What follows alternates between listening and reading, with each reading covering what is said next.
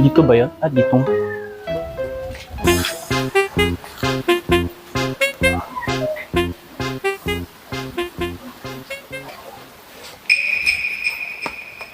Ay, sino ka? Ako yung taga, CCMO.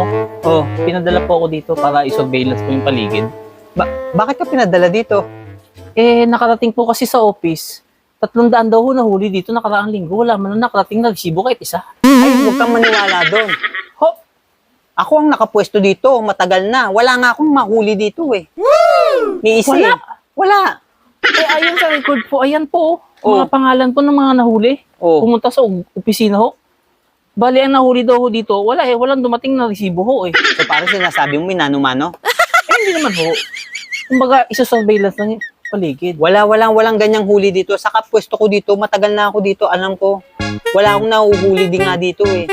Maganda tong area na to, madisiplinado mga tao. Baka hindi ka dito, baka doon ka. Doon na maraming pasaway. Hindi po, 450 po ang ano nito eh, code eh. Dito po yun. Pwesto ko to eh. Sino po ba kayo? Sino po kayo? Hindi ka pa marunong gumalang sa nakakataas sa'yo? Ha? Ikaw, baby crooks ka pa lang. Ako lulong na ako. Anong baby Cox?